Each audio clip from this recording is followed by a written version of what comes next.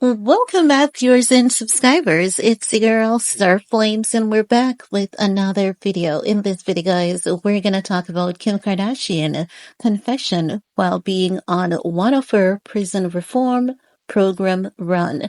Now, as you guys know, Kim Kardashian is currently heavily involved in prison reform programs, and as such, she will visit like a few prisons. She'll take close friends to her, also like siblings, her mom, etc. Now, on this new season of Keeping Up with the Kardashian, you could hear Kim Kardashian basically confessing to being a drug mule. So basically, what had happened was, while she was seated amongst the inmates along with her sister, Kendall Jenner, and she was there with Olivia Pearson and Scott Disick, she basically said, you know what? I can relate to you guys because there was one point in time that I picked up ecstasy from an apartment, and thinking back on it, it's making me freak out. So that's what she's saying. Now, we're gonna get into this report, and I think there should be a clip, so I'm going to include the clip for you guys. I've told you guys, when I said it, many people thought that I was just being brutal. I said you could literally see that she has some history of that. I do believe that they did, some of those things, like in the early stages of her career when she was trying to get out there. I do believe that she is connected to Reggie in that sideways, because if you know what is being said about Ray J as it relates to the passing of Whitney Houston, you would know that Ray J is basically a runner in Hollywood, and it is said that he's the supplier for a lot of these people, allegedly. And it is said that he was basically set up, threatened to give Whitney that laced substance. Allegedly, Whitney Houston's sister said something is wrong because her sister doesn't bathe in hotel rooms, bathtubs. No black people does that. And that's true. And she also said that when Reggie was leaving, he was leaving with his head down, going in the car. So basically, someone was basically ushering Reggie away. So she's saying that is so indicative that Reggie has some kind of involvement in Whitney Houston's passing. So as such, you can see that coming out here. And I'm not talking about Whitney in this case. I'm talking about Kim and Reggie connection. And I think this is where that connection started.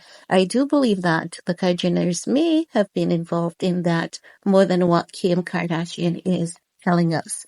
Now, I know that people are going to say, throw her behind bars, throw her.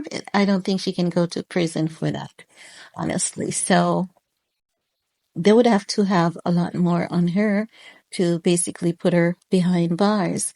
Now, let's get into this report. As I've said, they're saying Kim Kardashian just took a wild trip down memory lane, literally recalling a past drug run incident. And oh, in a way, it ties into her lifelong passion for prison reform.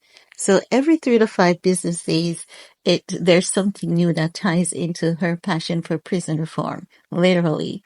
Now they're saying in the latest episode of The Kardashians, Kim sat down with a group of incarcerated men during a Sacramento prison visit, where she recalled a time Teen Kim got talked into picking up ecstasy from an apartment, and thinking back on it as her freaking out, thinking about how it could have gone south. I think they know what they were doing, because if you guys can remember, she said that the day when she got married to that producer guy, she was literally flying high as a kite.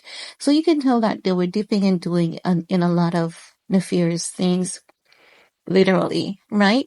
Now, the report further states, however, Kim admitted that if she had gotten caught, she knew her attorney, Dad Robert Kardashian, would have had her back in a heartbeat. But for the men sitting with her, that kind of safety net never existed. That is true, but her father would not be happy about it, because Robert Kardashian is not a Christian. While Robert Kardashian loves his kids, Kim would have been in a lot of trouble as well. Now they're saying Kim was joined by Scott Disick, Olivia Pearson, and her sister Kendall Jenner, the latter who couldn't help but crack up joking that Kim was having a total legally blonde moment, pointing out that she spotted an officer basically face palming at her story. That's true. Because how and why, you would go there and say such a thing. This is Kim.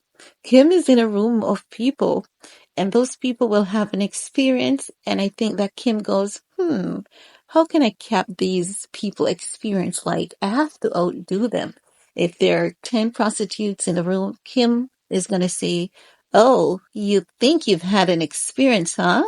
Wait until I tell you my story. Kim Kardashian is so competitive that her competitiveness does not have any limit, and she needs to limit that issue because oftentimes she thinks that she's competing when she's just making herself really, really look bad. So as such, I know that they were like, oh my God, Kim, shut that down. But she could not take the hint, even if the room was giving her that hint. Now they're saying the Skims mogul was chatting with a group of men under 26, all working as well firefighters, as a part of a program set up by her friend Scott Budnick, giving them a chance to expunge their records while making a real impact. Now that's good. Now, also, the report further states that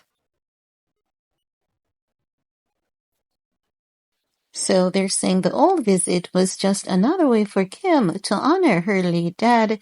She later talked about how much he believed in helping people and giving back just like she's doing now. No doubt he'd be proud of everything she's done in prison reform so far. I definitely think her father would be proud of everything that she has done in prison reform so far. And I believe that, like, at this point, if the father was alive, I believe the family life would have been different because, based on everything that we've learned about the father, he's a man of morals and values. Kris Jenner, not so much. And as such, it's why you would say, oh, Robert Kardashian raised Christian girls, but Kris Jenner pimped those girls. So I'm just saying, I believe that if her dad was alive, their journey would have been different. I believe that they would have been educated. I do believe they would have been successful just the same. But I want to hear from you guys.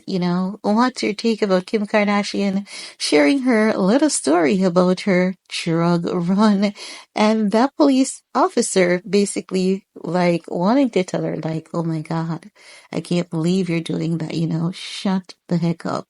Leave a comment below, guys. I want to hear from you while you're at it.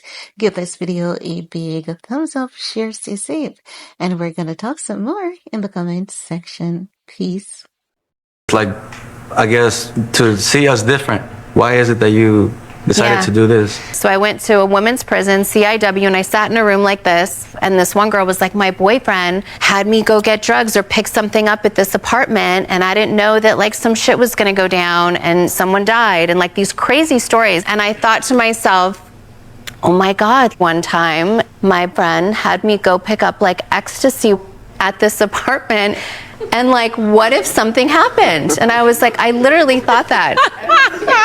And so Elwood's right. And no, I'm being serious though. If some shit went down, I would have been able to call my dad and he would have helped me. And these people didn't have that. I really thought to myself, like, this is just so crazy. These people need help. The more I got into it, the more I heard stories, I was like, oh my God, this is so up. Like, how do we help here? And it gets overwhelming because every part of the system is so